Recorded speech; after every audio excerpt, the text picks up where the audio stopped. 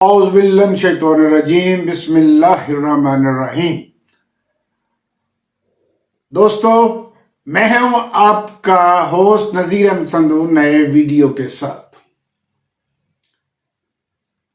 नस्रुम मिनल्लाह फतहुन करीब, ये हमारी दुआ है खान साहब के लिए, पार्टी वर्कर्स के लिए, पार्टी लीडर्स के लिए, पार्टी कंपेनर्स के लिए।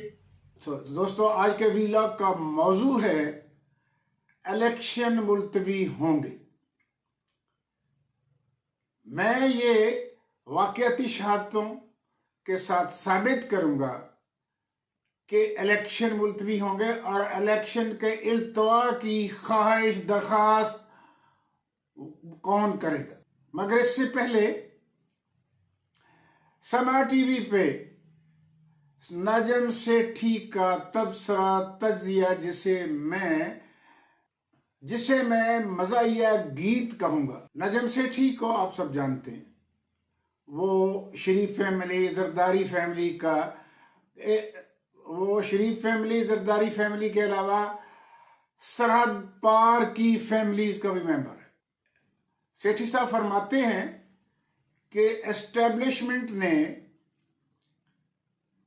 सर्वे करवाया और उस सर्वे के मुताबिक पंजाब में नून लीग नंबर 1 है, केपीके में पीटीआई नंबर 1 है, कराची समेत पूरे सिंध में पीपल पार्टी नंबर 1 है, बलूचिस्तान में सरदार आगे हैं, जबकि गिलगित और कश्मीर को सर्वे में शामिल नहीं किया गया।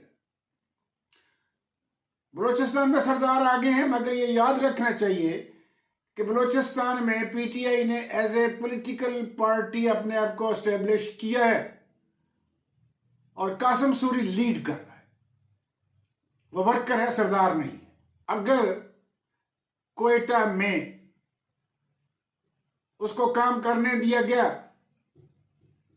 अदारे जो कि जगह जगह मुदाखलत करते हैं, थोड़े से भी बाज रहे तो पीटीआई वहां सरदारों को शिकस्त देगी।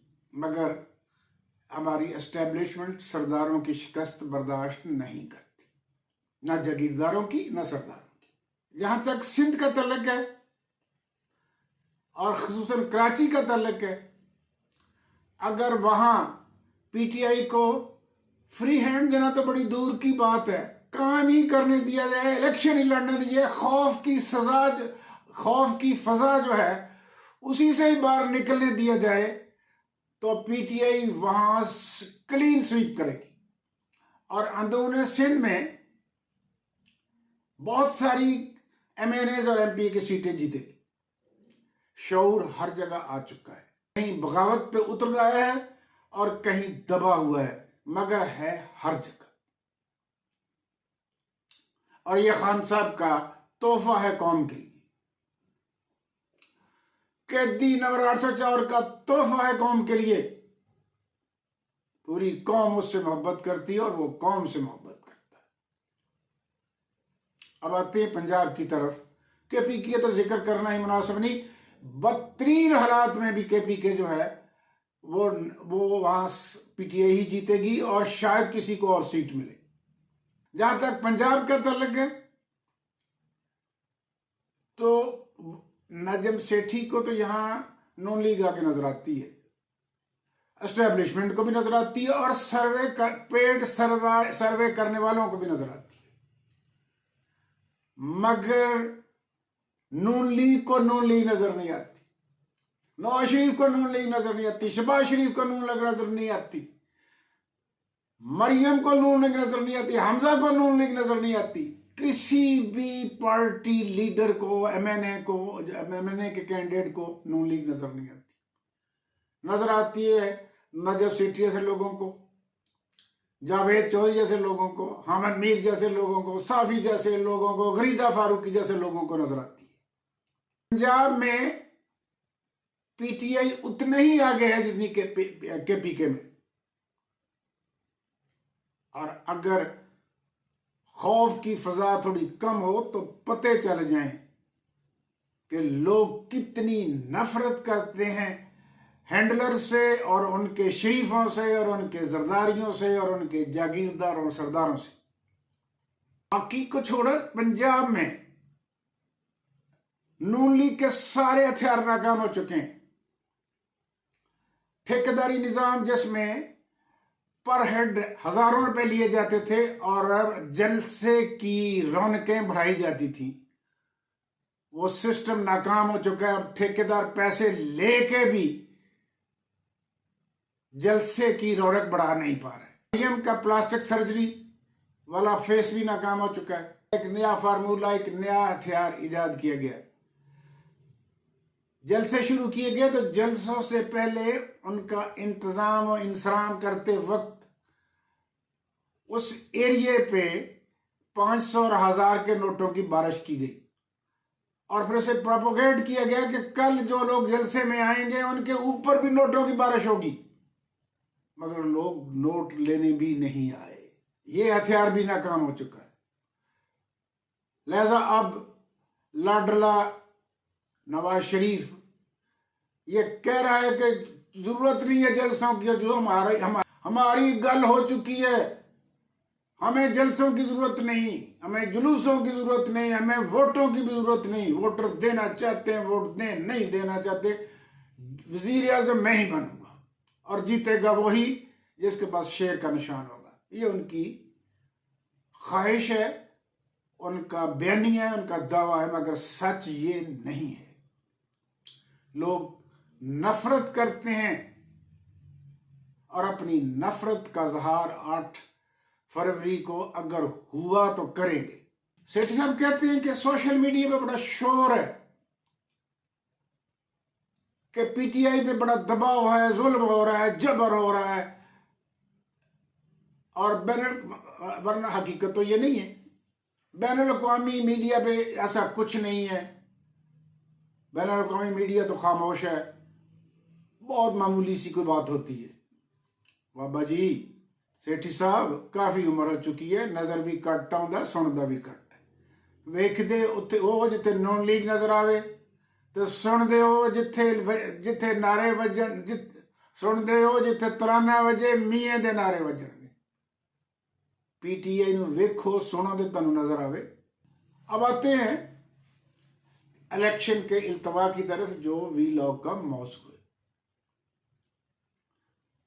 तो मैं शुरू करूंगा कि सबसे, ये कोई एक दिन की बात नहीं, ये वेल प्लान्ड बात है। वो चाहते हैं कि इलेक्शन मुलतवी हो, मगर पीटीआई जो है वो दरखास्त करे, पीटीआई मुतालबा करे, पीटीआई तो नहीं करेगी। मुतालबा तो लाडले को ही करना होगा और लाडला ही करेगा। सेनेट में 3 बार रेजोल्यूशन पेश किए गए, तीनों बार ये पास हुआ कि इलेक्शन मुलतवी किए जाएं क्योंकि इलेक्शन हालात इलेक्शन के लिए साजगार नहीं है। इलेक्शन कमीशन बारहा कह रहा है कि हमारे पास कागज नहीं है छपाई के लिए, 200 टन का फिर ऑर्डर दिया, अगर कागज ना मिला तो इलेक्शन मुलतवी करना पड़ेंगे। दीज आर लेम एक्सक्यूजेस, मगर they are going to create it.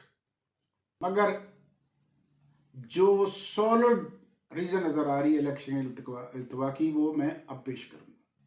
जेलों में वोट जो है पहले डाले जाते हैं और कैदियों ने डाक के जरिए अपने वोट जो है वो पोस्ट कर दिए। अटक जेल से लीकेज हुई है और वो भी अटक जिले तक। अटक में पीटीआई का नामजद उम्मीदवार मेजर ताहिर सादिक है, उसको 945 वोट मिले। उसके मुकाबले में जो नून लीग का आदमी है उसको 40 वोट मिले। पीटीआई का जो दूसरा कैंडिडेट नामजद है उसको 938 वोट मिले और जो थोड़े से कटे हैं वो कैंसिल हुए। उसके मुकाबले में जो नून लीग का आदमी है उसको सिर्फ 38 यानी 38 वोट मिले। पीपी को 13 वोट मिले, लब्बैक को 10 मिले और मौलाना फजल रहमान को सिर्फ 3 वोट मिले। ये ट्रेलर है और फिल्म सबको नजर आ रही है। कि पीटीआई अगर बदतरीन हालात के बावजूद इलेक्शन जीतेगी और 3/4 मेजॉरिटी से जीतेगी, वजीर आजम खान ही बनेगा। लिहाजा इलेक्शन लाडला कहेगा कि मुलतवी किए जाए, उसके लिए हालात साजगार किए जा रहे हैं। दहशतगर्दाना माहौल पैदा किया जा रहा है। कोयटा में पीटीआई की रैली पर फायरिंग हुई है। केपीके में जिला बाजौर में पीटीआई का इंतहाई मुतहर्रिक लीडर रेहान ज़ैब जो है उसे शहीद कर दिया गया। बाजौर को इसलिए मुंतखब किया गया कि वहां असला की फरवानी है और मारने वालों का ख्याल यह था कि बाजौर के लोग निकलेंगे अपने बेटे के लिए, अपने सपूत के लिए, और इस तरह मुल्क के अंदर अफरा तफरी होगी, दहशतगर्दाना माहौल होगा और इलेक्शन मुलतवी करने के लिए एक बेहतरीन एक्सक्यूज होगा। मगर बाजौर के लोग अक्लमंद निकले, उन्होंने अपने सपूत की शहादत को कबूल कर लिया, मगर मार्शल लॉ का मौका नहीं दिया, इलेक्शन के इल्तबा का मौका नहीं दिया।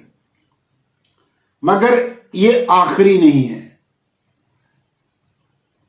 नजम सेठी ने अपने तबसरे के साथ कहा है कि बहुत सारे पीटीआई के लोग अभी पकड़े जाएंगे। 9 मई के वाकया में जो मुलव्वस हैं उनको उनके नाम लिस्टों में है, वो छुपे हुए हैं, लेकिन एजेंसियां उनके पीछे हैं।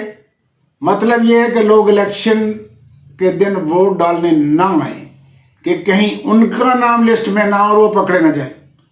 ये दहशतगर्दाना खबर जो है ये फैलाई जा रही है।